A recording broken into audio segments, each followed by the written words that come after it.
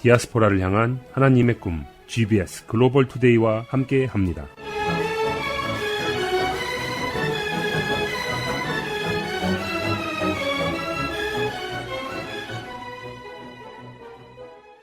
글로벌 투데이 뉴스, 미국과 한국, 전 세계 뉴스를 종합해서 보도해드립니다.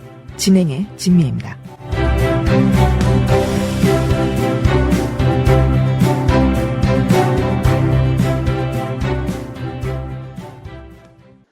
미군 중부사령부는 8일 현지 시간 이란의 상선 공격에 대한 대응으로 이란을 추가 공습했습니다.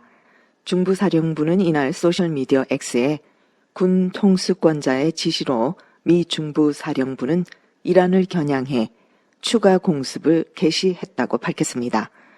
도널드 트럼프 대통령은 8일 이란과의 전쟁이 다시 시작될 것으로 생각하지 않는다며 양측의 최근 무력 공방이 휴전 종식 및 전면전 재개로 연결되지는 않을 것으로 예상했습니다. 트럼프 대통령은 이날 북대서양 조약기구 정상회의가 열린 튀르키예에서 기자회견을 열어 이같이 밝히면서 이란에 대한 공격은 빠르게 진행될 것이라고 말했습니다.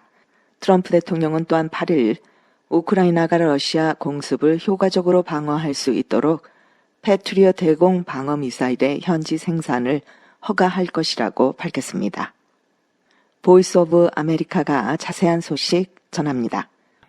트럼프 대통령은 이란이 호르무즈 해협 통과 상선을 공격하면서 임시 휴전 합의는 사실상 끝났다고 밝혔습니다. 오종수 기자가 보도합니다. 도널드 트럼프 미국 대통령은 이란의 상선 공격에 대응해 미군이 새로운 공습을 단행한 데 이어 추가 군사 타격도 실시할 것이라고 밝혔습니다. 트럼프 대통령은 8일 튀르키예 앙카라에서 열린 북대서양 조약기구 나토 정상회의를 계기로 볼로디미르 젤렌스키 우크라이나 대통령과 양자회담을 하던 중 기자들에게 우리는 어젯밤 그들을 매우 강하게 타격했으며 오늘 밤에도 다시 강하게 타격할 가능성이 크다고 밝혔습니다. 트럼프 대통령은 또 이란 정권이 호르무즈 해협 통과 상선들을 잇따라 공격한 이후 이란과의 임시 휴전 합의는 끝났다고 밝혔습니다. 트럼프 대통령은 지난 6월 18일 이란과 체결한 양해각서 MOU가 폐기된 것이냐는 질문에 나로서는 끝났다고 생각한다면서 더 이상 그들과 상대하고 싶지 않다. 그들은 쓰레기 같은 인간들이라고 말했습니다. 또 마르크 루이터 나토 사무총장과의 회담에서 그들은 병자들이 이끌고 있다. 잔인하고 폭력적인 사람들이라면서 그들이 핵무기를 갖게 된다면 실제로 사용할 것이라고 주장했습니다.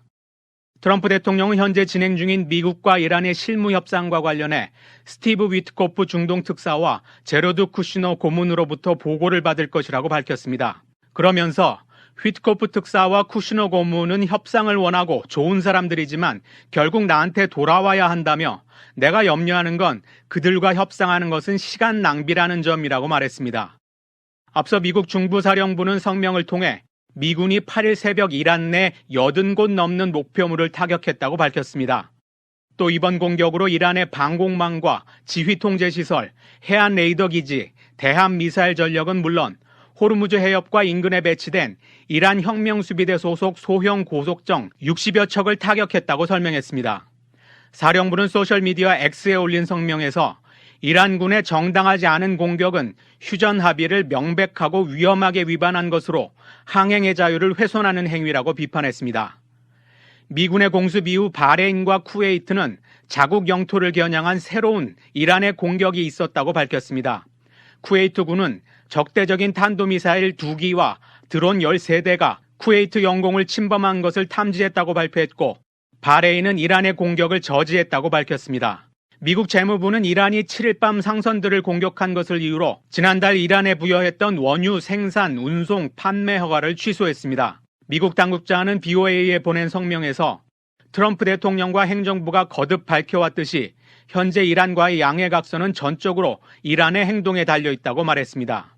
아울러 이란은 책임 있는 행동을 보여줄 경우에만 그 혜택을 누릴 수 있다며 호르무즈 해협에서의 이란의 행동은 미국으로서는 결코 용납할 수 없는 것이며 반드시 그에 따른 결과를 맞게 될 것이라고 경고했습니다. 이 당국자는 다만 미국 협상팀이 최종 합의를 향해 계속 성실하게 협상을 진행하고 있다고 밝혔습니다. 미국은 지난 6월 21일 60일간 유효한 한시적 원유 거래를 허가했으며 이 조치는 이란이 선박들의 안전한 항행을 보장하고 호르무즈 해협을 개방하기로 약속한 데 따른 것입니다. 한편 이란 측 수석 협상 대표인 모하마드 바게르 갈리바프 의회 의장은 미국이 양해각서를 중대하게 위반했다고 주장했습니다. 갈리바프 의장은 소셜미디어 X 게시글을 통해 호르무즈 해협에서 이란의 수정 조치를 미국이 문제 삼아 원유 제재를 복원했다며 미국의 이란 남부 공습과 레바논 내 이스라엘 군사작전 지원은 합의 위반이라고 비난했습니다. BOA 뉴스 오종수입니다. 북대서양 조약기구 정상들은 8일 현지 시간 유럽과 대서양 안보에 대한 러시아의 위협 등에 대응한 국방비 증액 기조를 재확인했습니다. 나토 정상들은 튀르키예 앙카라에서 열린 나토 정상회의에서 채택한 앙카라 정상회의 선언을 통해 우리는 500억 달러 이상의 신규 조달 계획을 발표하며 공동 생산 능력 확대와 산업계 협력을 통한 혁신 가속화를 약속한다고 밝혔습니다. 이어 동맹국 사이의 방위 무역 장벽을 제거하고 나토 파트너십을 활용해 방위 산업 깊이와 협력을 극대화하기 위한 노력을 계속하겠다고 강조했습니다. 미 주류 크리스찬 미디어들이 전하는 소식입니다. 미국 뉴욕 맨해튼 미드타운 이스트 41번가에 있는 37층짜리 고층 건물에서 구조적 이상이 발생해 일대의 긴급 대피령과 통제 조치가 내려졌습니다. 맨해튼 2번가 815번지에 위치한 성공회 본부 건물은 화요일 인근의 37층짜리 구 파이자 본사 건물에서 구조용 기둥이 휘어지고 여러 층의 바닥이 처지는 현상이 발생함에 따라 대피 조치가 내려진 여러 건물 중에 하나였습니다. 해당 파이자 건물은 현재 상업용 사무실에서 주거용 건물로 용도 변경 공사가 진행 중이었습니다.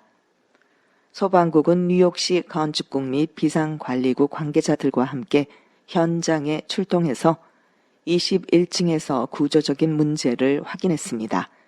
시공사가 기존 건물 위에 층수를 높이고 측면을 확장하는 과정에서 가해진 추가 하중을 철골 구조가 버티지 못한 것으로 보고 있습니다. 이 건물뿐 아니라 주변 학교, 호텔, 영사관을 포함한 인근 9개 동 건물이 대피했고 주변 도로가 전면 통제됐습니다. 다행히 공사 작업자를 포함해 부상자는 없습니다. 뉴욕시 건축국과 엔지니어들이 밤샘 긴급 보강 작업을 벌였습니다. 현재는 추가적인 건물 움직임이 멈추며 일단 최악의 고비는 넘기고 다소 안정된 상태지만 정밀 진단과 완벽한 보강이 끝날 때까지 일대 혼잡과 통제는 이어질 것으로 보입니다. 사고가 발생한 지 얼마 지나지 않아 공식적인 정확한 총 피해 금액 추산치는 아직 발표되지 않았습니다. 하지만 건축 및 부동산 업계 전문가들의 분석을 바탕으로 예상되는 피해 규모와 비용 발생 요소를 정리하면 최소 수천만 달러에서 수억 달러까지 이를 수 있다는 관측이 나옵니다. 시건축국이 정확한 사고 경위를 조사하는 가운데 수요일 시민들이 해당 건물을 지켜보는 동안 공사장 인근의 노조 지지자들은 트럭과 피켓을 통해 메트로 로프트는 부끄러운 줄 알라는 메시지를 내보였습니다. 연방항소법원 재판부는 15세 소녀 살해 혐의로 유죄 판결을 받은 텍사스 남성의 유죄 판결을 확정했습니다. 재판부는 검찰이 재판 과정에서 그의 사탄 숭배 신념을 증거로 제시해서 종교적 신념을 침해했다는 그의 주장을 기각했습니다. 어빙 엘빈 데이비스는 2001년 멜리사 메디나를 성폭행 및 살해한 혐의로 유죄 판결을 받았습니다. 정말 잔혹하게 구타하고 목 조르고 성폭행하고 손가락도 자르고 DNA 증거를 인멸하기 위해 손을 절단하려 시도하는 등 시신을 훼손했습니다. 2002년 사형에 해당하는 살인죄로 유죄 판결을 받은 후 텍사스주 최고 형사법원인 형사항소법원은 데이비스에게 재심을 허가했습니다. 재심 선고 과정에서 검찰은 데이비스의 사탄 숭배 성향을 보여주는 증거, 특히 그가 직접 쓴 글과 그림들을 제시하며 그가 장차 사회에 위협이 될 수 있다고 주장했습니다. 검찰은 또한 사탄 숭배 전문가를 증인으로 불러 사탄 숭배 의식에서 인신공양이 어떤 역할을 하는지 설명했습니다. 데이비스는 검찰이 자신의 사탄 숭배 신념을 제시함으로써 헌법상 권리가 침해됐다고 주장했으나 연방 항소법원은 이를 받아들이지 않았고 그는 다시 사형을 선고받았습니다.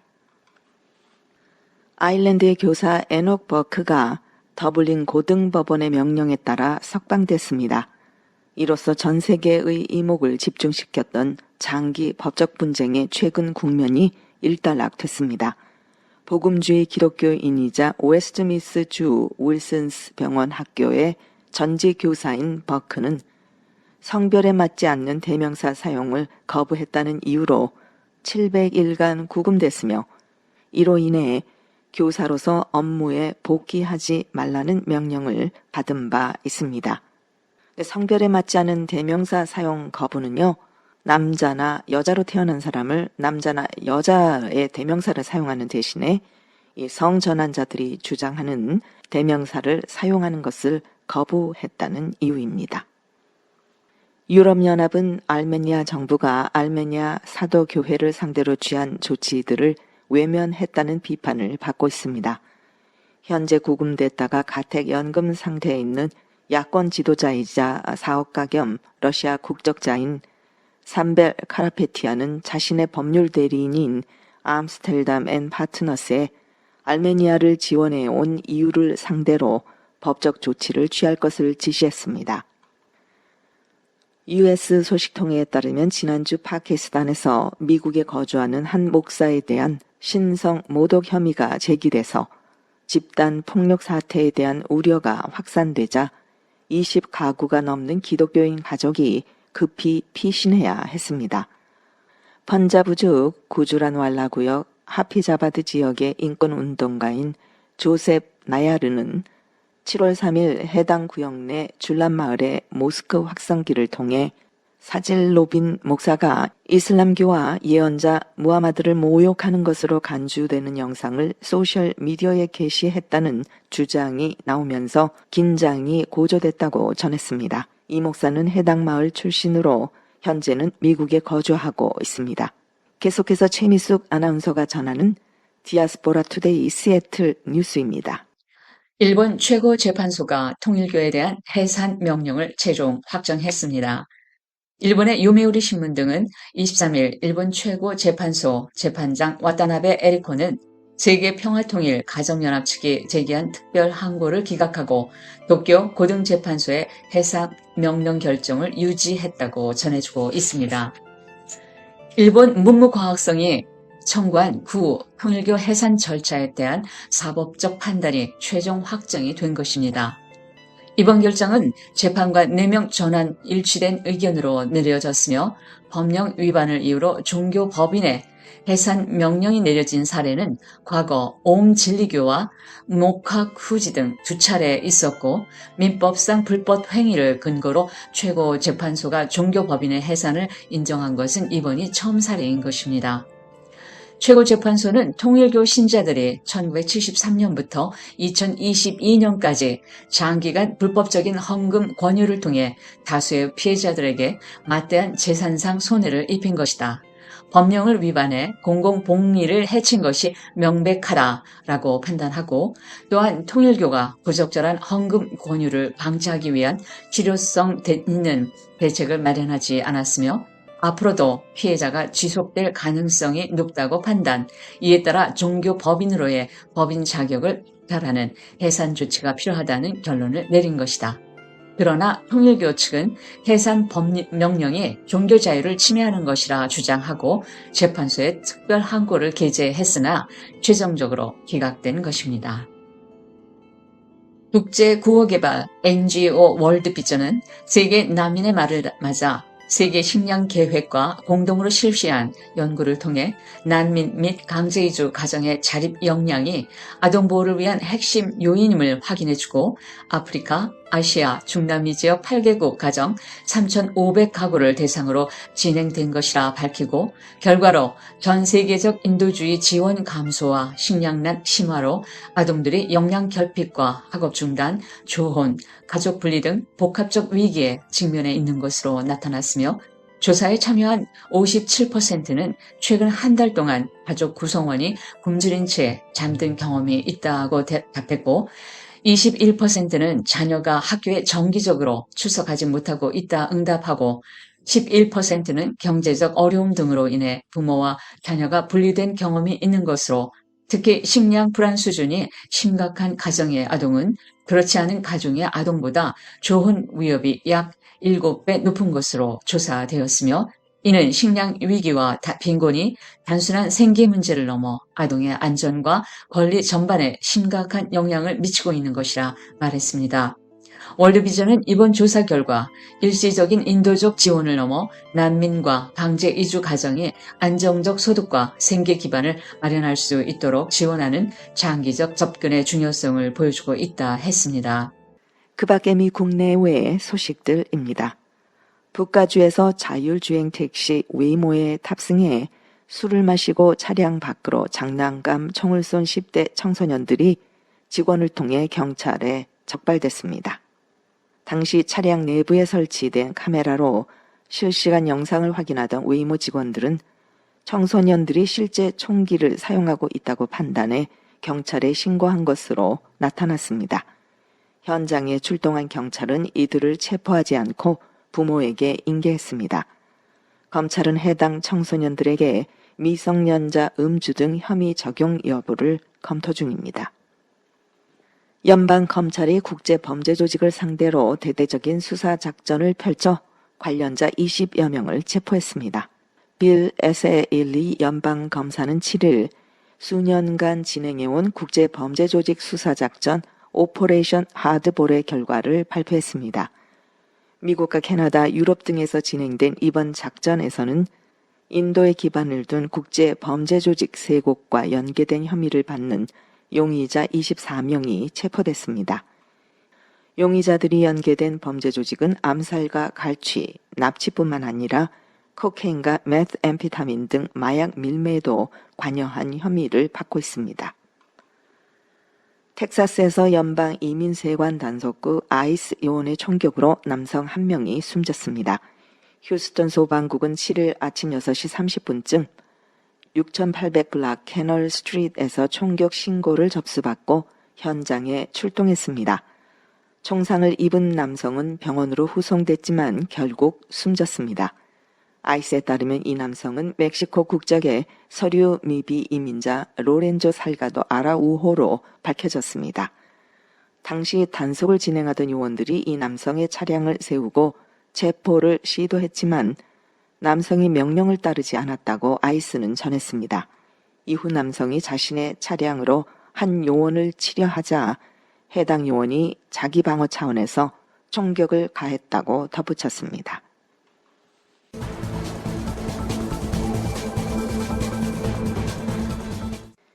하와이주 관련 소식들입니다.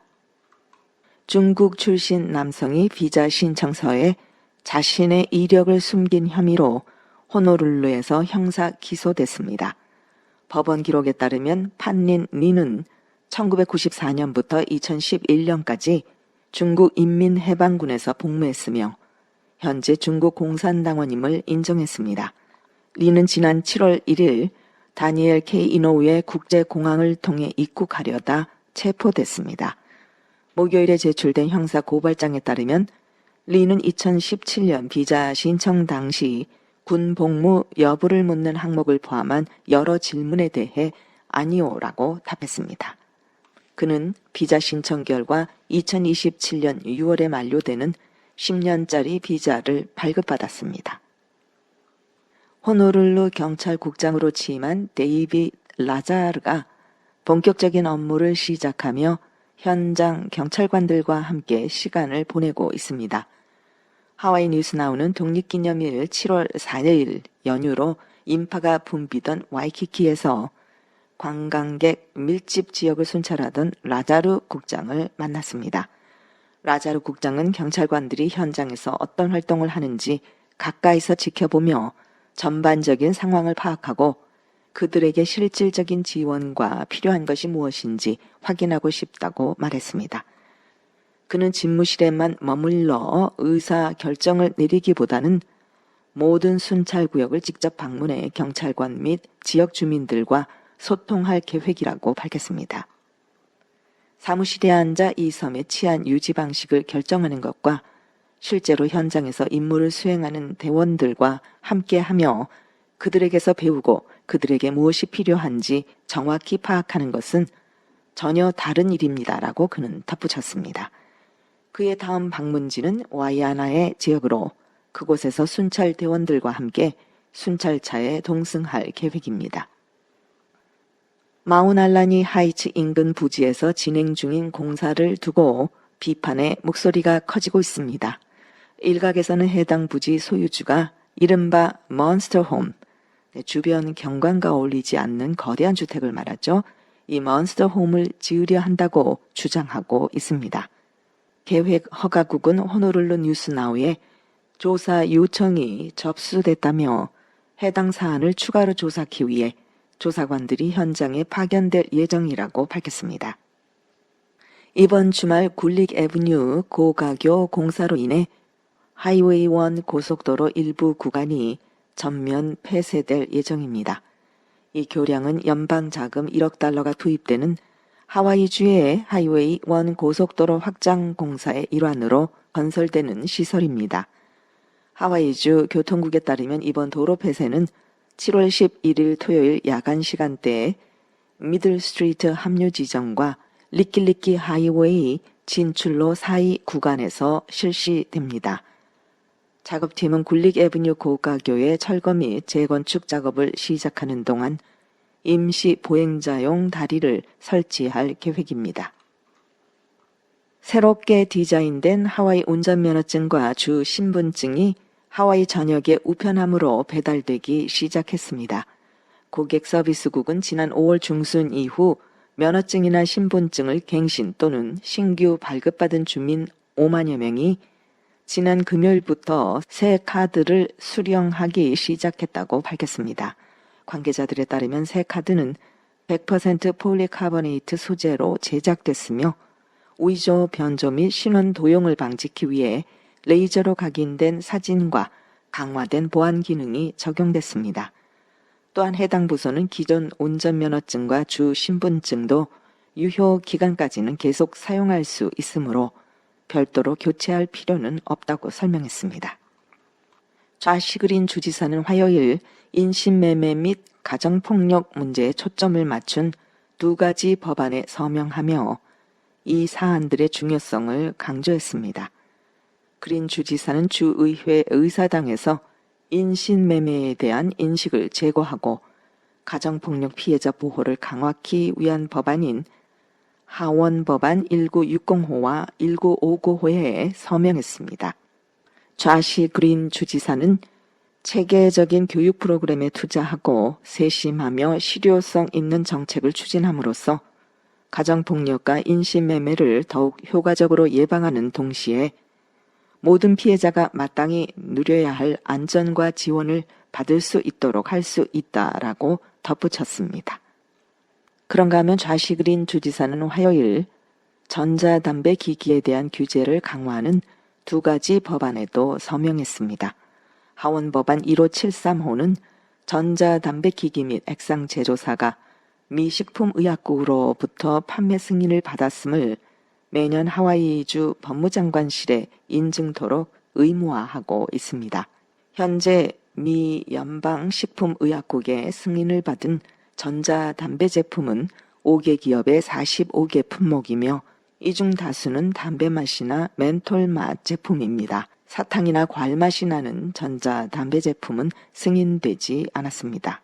하원 소비자 보호 상업위원회 위원장인 스카 마타요시 주 하원의원은 이번 조치가 전자담배를 매대에서 완전히 없애는 것은 아니지만 합법적으로 구매할 수 있는 제품의 범위를 크게 좁히게 될 것이라고 말했습니다. 또한 새로운 법에 따라 법무장관이 승인된 제품의 공개 목록을 작성하고 FDA 승인을 받지 않은 불법 제품을 압수 및 폐기할 수 있는 집행 권한을 갖게 될 것이라고 말했습니다. 상원법안 2175호는 2027년 1월 1일부터 하와이에서 일회용 전자담배 기기의 판매를 금지합니다. 다만 FDA의 시판을 받은 기기는 이 금지 조치에서 제외됩니다. 주한미 대사관은 8일 X 계정에 미셸 스틸 신임 주한미 대사를 소개한다며 스틸 대사는 곧 서울에 부임할 예정이며 양국의 관계를 더욱 강화해 나가길 기대한다고 썼습니다. 함께 올라온 동영상에 등장한 스틸 대사는 영어와 한국어를 섞어 말하면서 다음 주한 미국 대사로 부임하게 돼 매우 영광이라며 곧 여러분을 직접 만나 뵙기를 기대한다고 말했습니다. Hi everyone. 안녕하세요 여러분. This is Michelle Steele and I am so honored to serve as the next U.S. Ambassador to South Korea. I'm just looking forward to meeting you all and thank you. 감사합니다. 스틸 대사는 최근 미 상원의 인준 절차를 마쳤고 한국 정부의 사전 동의인 아구레망도 받아 곧 부임할 것으로 예상됩니다. 스틸 대사는 성김 전 대사 이후 두 번째 한국의 주한 미국 대사가 됩니다.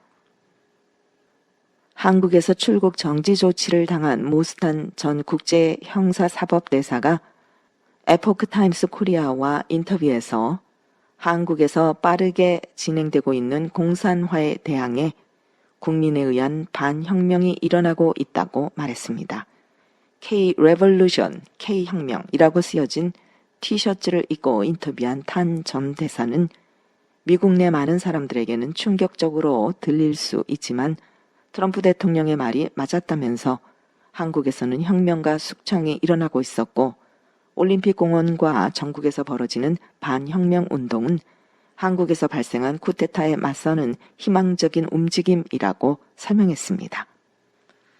네, 윤석열 전 대통령의 고위공직자범죄수사처, 공수처 체포방해 등 혐의 사건 상고심 결론이 9일 나옵니다. 12월 3일 비상계엄 선포 583일 만이며 윤 전 대통령의 여러 재판 가운데 첫 대법원 판단입니다. 황교안 자유와의 혁신 당대표가 지난 2일 진행된 송파구 올림픽공원 개표소 국조특위 현장 조사를 강하게 비판하면서 선관위 직원 주도의 재검표에 대해 증거 인멸의 장이 될 것이라고 경고했습니다. 안보가 정책 실험 대상인가?